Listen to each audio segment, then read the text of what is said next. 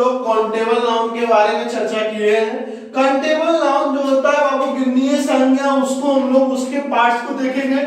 आप लोग कंफ्यूज कर गए होंगे बाबू कि नाउन को आज तक हम पढ़े थे कि टाइप्स 5 होते हैं, लेकिन आपने बोले कि सर टाइप्स तो ही होता है, लेकिन अभी भी हम कहते हैं टाइप्स 5 होता है। लेकिन बाबू वो देखिए कैसे होता है। पहले नाउन जो होता है ना बाबू, उसको पहले दो भाग में बांटा गया है, एक पहला काउंटेबल नाउन, दूसरा अनकाउंटेबल नाउन।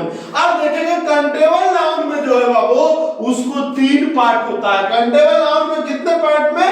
3। पहला प्रॉपर नाउन, दूसरा कॉमन नाउन, तीसरा कौन नाउन? Collective noun. ये 3 को जो है बाबू ये काउंटेबल नाउन का है। अब प्रॉपर नाउन का हिंदी होता है व्यक्तिवाचक संज्ञा। कौन वाचक संज्ञा?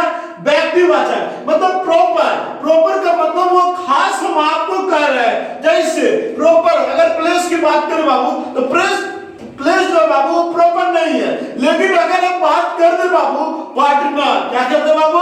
पटना। इसका मतलब पटना हम प्रॉपर बोल रहे हैं, उसके जगह प्लेस में दूसरा कोई नहीं आएगा। जब भी आएगा तो वो पटना ही आएगा। अब दूसरा का प्रॉपर में और एग्जांपल दिखाते हैं। जैसे पर्सन में हम राम को कहेंगे। किसको कहेंगे? राम हैंडसम है। राम क्या है? हैंडसम है। अब राम जब हैंडसम बोले बाबू तो इसका मतलब है बाबू प्रॉपर हम राम को बोले, पर्सन को नहीं बोले, हमने राम को बोला। किसको बोला बाबू? राम को। अब देखेंगे बाबू, अब अगला देखेंगे बाबू कॉमन नाउन। क्या है बाबू? Common noun.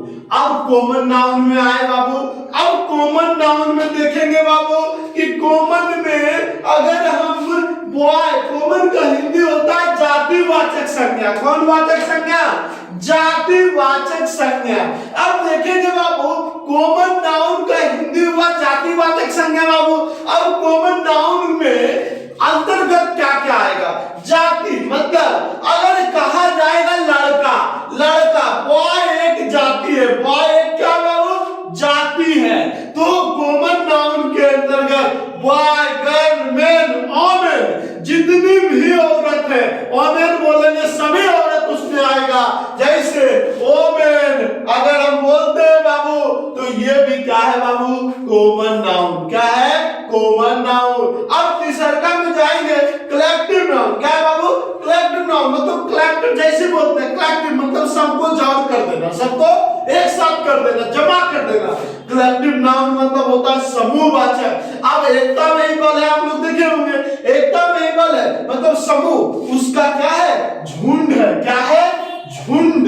समूह मतलब झुंड, समूहवाचक संज्ञा। इसका मतलब होता है इंग्लिश में इसको कहते हैं कलेक्टिव नाउन। क्या कहते हैं बाबू? Collective noun. कलेक्टिव नाउन का हिंदी होता है समूहवाचक संज्ञा। समूहवाचक संज्ञा के बारे में हम लोग चर्चा करेंगे। समूह जैसे आप लोग देखते होंगे आर्मी का झुंड, जब आर्मी का कुछ दिन में रैली होने वाला है, उस रैली में देखिएगा कि पूरा भीड़ रहता है, तो उसको हम लोग झुंड कहेंगे, वो कलेक्टिव नाउन के अंतर्गत आएगा।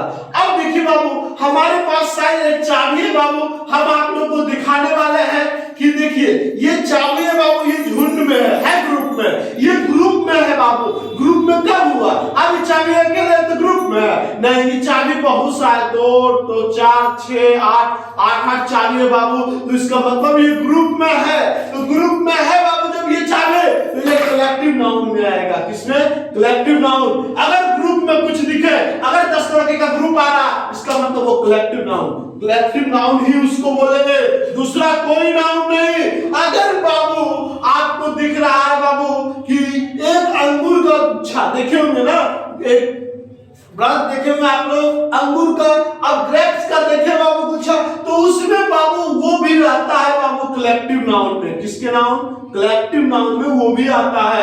आपको कंफ्यूज होने की कोई जरूरत नहीं है, घबराने की कोई जरूरत नहीं है। आप हमारे पास आए हैं सीखने के लिए, कंफ्यूजन नहीं रखिए। कंफ्यूजन आपका और अभी दूर होगा, क्लास धीरे धीरे बढ़ेगा, आपका कंफ्यूजन दूर होगा। अब कलेक्टिव आपको बता ही दिए बाबू, कॉमन आपको बता ही दिए बाबू, प्रॉपर आपको बता ही दिए। आप बच्चा बाबू कि सर 2 को अभी भी नहीं मिला, अब 2 को आप मिलेगा जरूर मिलेगा, क्योंकि आपका जो है बाबू अनकाउंटेबल नाउन के अंतर्गत 2 को पढ़ना है। 2 को किसके अंतर्गत? Uncountable noun. अभी जस्ट मैं आपको बताता हूं